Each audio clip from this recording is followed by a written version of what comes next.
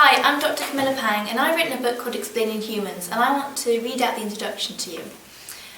It was 5 years into my life on Earth that I started to think I'd landed in the wrong place. I must have missed the stop. I felt like a stranger within my own species, someone who understood the words but couldn't speak the language, who shared an appearance with fellow humans but none of the essential characteristics.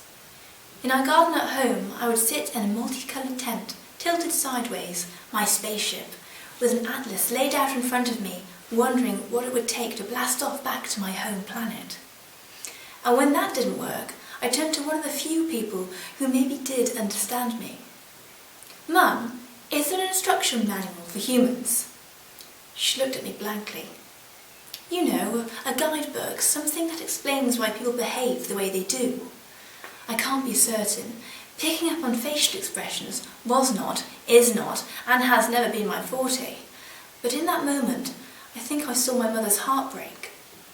"No, Millie." It didn't make sense. There were books on almost everything else in the universe, but none that could tell me how to be, none that could prepare me for the world, none that could teach me to place a comforting arm around the shoulder of one in distress, to laugh when others laughed, to cry when others cried. I knew I must have been put on this planet for a reason, and as the years passed and my awareness of my conditions developed and my interest in science grew, I realised it was this.